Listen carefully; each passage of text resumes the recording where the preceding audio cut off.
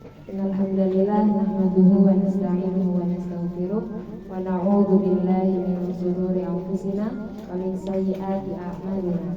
May yahdihillahu fala mudilla lahu wa may yudlilhu fala hadiya lahu. Asyhadu an la ilaha illallah wa asyhadu anna Muhammadan abduhu wa rasuluh la nabiyya wa la rasula ba'dahu. Pertama-tama marilah kita panjatkan puja dan puji syukur kita kehadirat Allah Subhanahu wa taala yang telah memberikan kepada kita nikmat serta hidayahnya sehingga kita dapat berkumpul di rumah yang insyaallah penuh barokah yang diberkahi Allah.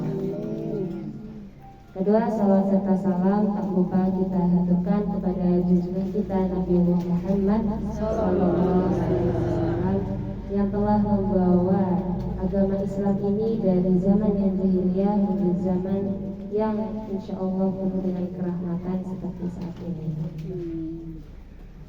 Sebelumnya perkenalkan ibu-ibu, saya Keisha dan ini ada tugas dari kampus yaitu memberikan sedikit ilmu yang telah diberikan oleh dosen-dosen kepada ibu-ibu sekalian. Jadi sekiranya nanti ada yang kurang tepat dari saya, monggo bisa disampaikan sehingga kita semua bisa belajar bersama-sama pada sore hari ini.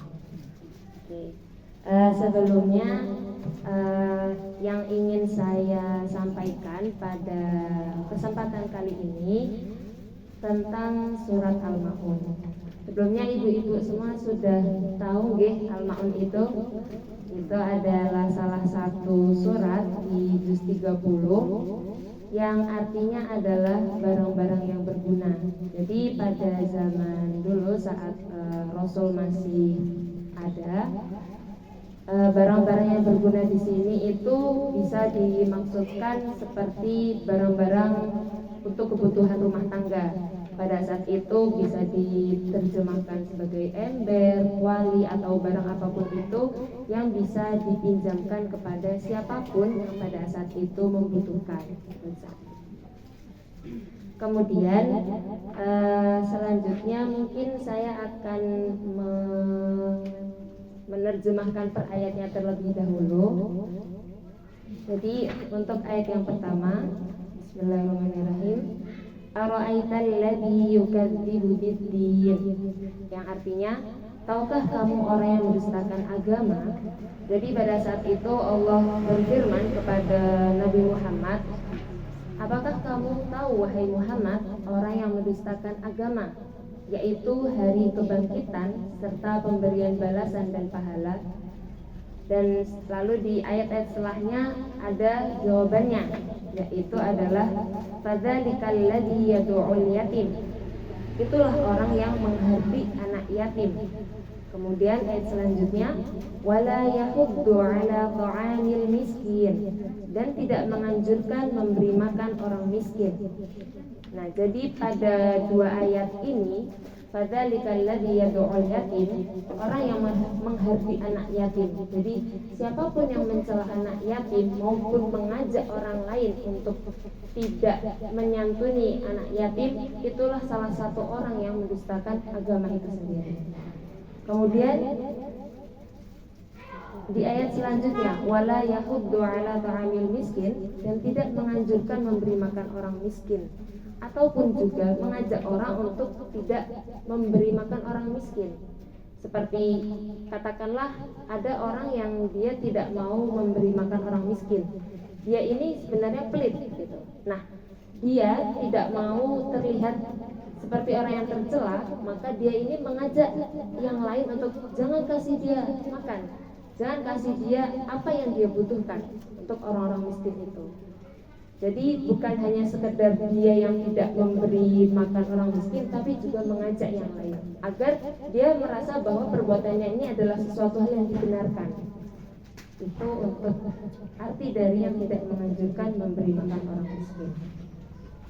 Lalu di selanjutnya ada ayat lain yang juga menyebutkan terkait tidak memberi makan orang miskin ini adalah di dalam surat Al-Mudaththir ayat 42 sampai 44 yang berbunyi, ma salakakum fi saqar qalu lam nakum minal musallin wa lam nakum nut'imul miskin, yang artinya pada saat itu ada yang bertanya seperti ini, apa yang menyebabkan kamu masuk ke dalam neraka Sakor? Kemudian mereka menjawab, dahulu kami tidak termasuk orang-orang yang melaksanakan sholat, dan kami juga tidak memberi makan orang miskin. Jadi ada beberapa yang sudah masuk ke dalam neraka Sakor, kemudian ditanyakan apa alasan mereka ini bisa masuk ke dalam neraka Sakor. Kemudian jawabannya adalah salah satunya mereka ini tidak memberi makan orang miskin. Jadi kesimpulannya adalah memberi makan orang miskin atau memberi sesuatu yang dibutuhkan oleh orang miskin ini adalah sesuatu perbuatan yang mulia. Karena ketika kita melakukan hal tersebut, itu bisa menjauhkan kita dari neraka. Seperti itu. Jadi ketika kita di sini mengetahui, oh ini ada orang yang kurang mampu mencukupi kebutuhannya, tidak mampu membeli makan dan lain sebagainya, kita bantu semampu kita. Seperti itu. Kemudian di ayat selanjutnya adalah fawailul lil musallin, maka kecelakaanlah bagi orang-orang yang sholat. Di sini mungkin bertanya-tanya, kenapa orang-orang yang sholat itu malah celaka? Seperti itu. Nah, di selanjutnya, ayat selanjutnya adalah alladzina hum 'an shalatihim sahun, yaitu orang-orang yang lalai dari sholatnya.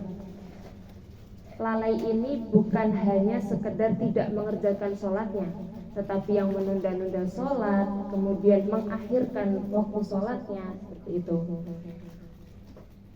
Dan ada seperti ini. Mereka ini baik lalai mengerjakannya secara keseluruhan ataupun mengerjakannya di akhir waktu sholat secara terus-menerus atau kebanyakan, atau dari pelaksanaannya dengan rukun dan syarat-syaratnya tidak sesuai yang diperintahkan, maupun dari kekhusyuan di dalam menjalankannya serta mencermati makna-maknanya. Jadi bukan hanya tadi mengakhirkan waktu sholatnya, kemudian melupakan untuk sholat, tetapi juga ketika kita sholat, tetapi kita terburu-buru, itu juga termasuk dalam lalai dari sholat itu. Jadi 5 waktu dalam sehari Allah memanggil kita untuk beribadah kepadanya, untuk menyembah Allah, untuk bercerita, untuk kita komunikasi kepada Allah. Nah, jadi ketika kita sholat tapi terburu-buru atau tidak khusyuk atau malah memikirkan hal-hal yang lain, itu termasuk orang yang lalai dari sholatnya. Karena ketika kita tidak memahami sholat itu, maka sebenarnya sia-sia, seperti itu. Maka hendaknya kita ini bisa mencegah hal-hal yang sekiranya itu mengganggu sholat kita juga. Jadi kita mengusahakan untuk bisa sholat awal waktu, kemudian ketika adzan kita usahakan untuk bisa menyegerakan sholatnya. Kemudian di ayat yang selanjutnya adalah alladzina hum yura'un, yang artinya orang-orang yang berbuat riya. Imam Ahmad meriwayatkan, Abu Nu'aim memberitahu kami, Al-A'mash memberitahu kami dari Amr bin Murrah, dia berkata, kami pernah duduk-duduk di sisi Abu Ubaidah, lalu mereka menyebut perihal riya. Lalu ada seseorang yang berkunyah atau yang mempunyai panggilan Abu Yazid berkata, aku pernah mendengar Abdullah bin Amr berkata, Rasulullah Shallallahu Alaihi Wasallam bersabda, barang siapa memperdengarkan amal perbuatannya kepada orang lain, maka Allah akan memperdengarkan amal orang itu kepada makhluknya serta menghinakan dan merendahkannya. Maka dari itu, ketika kita memang mempunyai niat untuk berbuat baik, maka cukuplah niat ini untuk disimpan dalam diri kita sendiri. Tidak perlu, oh ini lagi ada orang banyak nih, oh aku bagi-bagilah, oh saya kasih orang lah. Tapi niatnya adalah untuk mendapatkan pujian dari orang lain. Itu termasuk salah satu dari riya tersebut, karena pada akhirnya niat kita untuk berbuat baik itu bukan untuk beribadah kepada Allah atau bukan untuk berbuat kebaikan semata, tapi untuk mendapatkan pujian dari orang-orang sekitar yang melihat perbuatan baik kita tersebut. Jadi hendaknya kita selalu berusaha untuk meniatkan segala sesuatu itu untuk Allah. Jadi insya Allah kita terjaga dari hal-hal yang tidak diinginkan. Kemudian di ayat selanjutnya yaitu adalah wayamna'unal ma'un, dan enggan menolong dengan barang berguna. Maksudnya mereka ini tidak mau berbuat baik dalam beribadah kepada Allah dan tidak juga berbuat baik kepada sesama makhluknya, bahkan tidak mau meminjamkan barang yang bisa dimanfaatkan dan membantu orang lain, padahal barang tersebut tetap utuh dan akan dikembalikan kepada mereka lagi. Seperti yang tadi di awal, Al-Ma'un itu kan artinya adalah barang-barang yang berguna, yang pada saat itu memang barang-barang ini termasuk dalam entah itu barang-barang kebutuhan rumah tangga atau apapun itu. Nah, orang-orang yang tidak mau menolong orang lain dengan barang-barang yang berguna atau barang-barang yang bermanfaat, yang kemungkinan pada saat itu memang dibutuhkan oleh orang tersebut, maka itu juga termasuk oleh orang-orang yang mendustakan agama tersebut. Karena ketika kita melihat ada orang yang susah, ketika kita tahu bahwa mungkin tetangga kita ada yang kesusahan, tapi kita tidak mau untuk membantu, maka dari itu adalah termasuk salah satu perbuatan yang mendustakan agama tersebut. Jadi hendaknya ketika memang ada kita mengetahui ada orang yang kesusahan, kesulitan atau bahkan membutuhkan sesuatu, hendaknya kita mampu untuk membantu orang-orang tersebut, yang semoga nanti entah di kemudian hari atau kapanpun itu, ketika kita juga sedang kesulitan atau kita juga butuh pertolongan, Allah itu segera membantu kita, karena insya Allah Allah akan memberikan balasan bagi orang-orang yang mau berbuat baik itu. Nah, jadi dalam surat Al-Ma'un ini Allah itu menjelaskan tentang orang-orang yang Allah sebut sebagai pendusta agama. Seperti tadi orang-orang yang menghati anak yatim, kemudian orang-orang yang lalai dari sholatnya, kemudian orang-orang yang tidak mau memberi makan orang miskin, kemudian orang yang riya, dan juga orang yang enggan menolong seperti itu.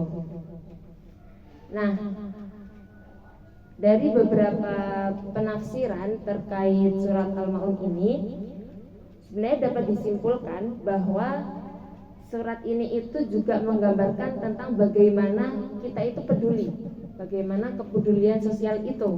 Jadi bagaimana kita ini bisa menyantuni anak yatim, kemudian juga kita bisa membantu orang-orang yang membutuhkan, kemudian ketika ada orang miskin membutuhkan makan, membutuhkan hal-hal yang mereka butuhkan, kita bisa membantu memberinya. Itu adalah gambaran bahwa Allah itu mengajarkan kita agar kita ini bisa peduli kepada sesama, itu sehingga kita itu dapat menjaga hablum minanas, yaitu adalah hubungan antar manusia, seperti itu. Karena pada dasarnya memang kita ini kan hidup bermasyarakat, hidup bersama, seperti itu. Jadi di sini juga Allah itu mengajarkan bahwa kita tuh sebenarnya nggak bisa loh hidup sendiri. Kita itu ya memang bermasyarakat, kita harus bersama-sama, seperti itu. Jadi ketika memang ada yang kesulitan, ada yang perlu pertolongan, hendaknya memang kita bisa, apa yang bisa kita bantu, apa yang bisa kita berikan, maka kita usahakan untuk hal tersebut. Nah, pun juga Allah itu memberi kita pelajaran bahwa apapun ibadah yang kita lakukan kepada Allah, jika kita tidak peduli kepada sesama, itu juga sebenarnya kurang bermakna ibadah kita kepada Allah itu. Karena memang hubungan itu tidak hanya hubungan kita kepada Allah, tetapi hubungan kita kepada manusia, yaitu hablum minallah dan hablum minannas. Maka dari itu di dalam surat Al-Maun ini hendaknya kesadaran kita terhadap sesama itu bisa lebih ditingkatkan kembali seperti itu. Jadi nantinya akan ada hubungan yang setara, yaitu adalah hubungan kepada Allah dan juga hubungan kepada sesama seperti itu. Jadi dari surat Al-Maun ini ternyata Allah dan juga agama Islam itu mengajarkan kita agar selalu bisa hidup berdampingan dan juga saling menghargai satu sama lain seperti itu. Ibu-ibu sekalian, mungkin cukup itu yang bisa saya sampaikan. Mungkin nanti kurangnya bisa ditambahkan oleh Bu Siti, dan mungkin jika ada pertanyaan Bu Siti. Karena pasti di sini juga ibu-ibu ilmunya lebih daripada saya gitu, karena pasti ibu-ibu juga sudah berkelana kemana-mana. Jadi nanti jika ada pertanyaan dari apa yang saya sampaikan, untuk di sini ya menjawab seperti itu. Nanti pun juga tambah dari sini akan menjadi pelajaran bagi saya juga. Gitu. Terima kasih kepada ibu-ibu sekalian sudah memberikan saya kesempatan, dan pasti dalam diri saya masih banyak kekurangan ketika tadi menyampaikan. Jadi saya mohon maaf sebesar-besarnya jika ada ketidaktepatan dalam apa yang saya sampaikan, dan jika ada benarnya itu semua pasti datangnya dari Allah Subhanahu wa taala. Billahi sabilil haq wastabiqul khairat albirru wan taqwa. Wassalamualaikum warahmatullahi wabarakatuh. Waalaikumsalam warahmatullahi wabarakatuh. Alhamdulillah lancar ya Bu ya. Meskipun audiensnya oma-oma tapi tetap bagus.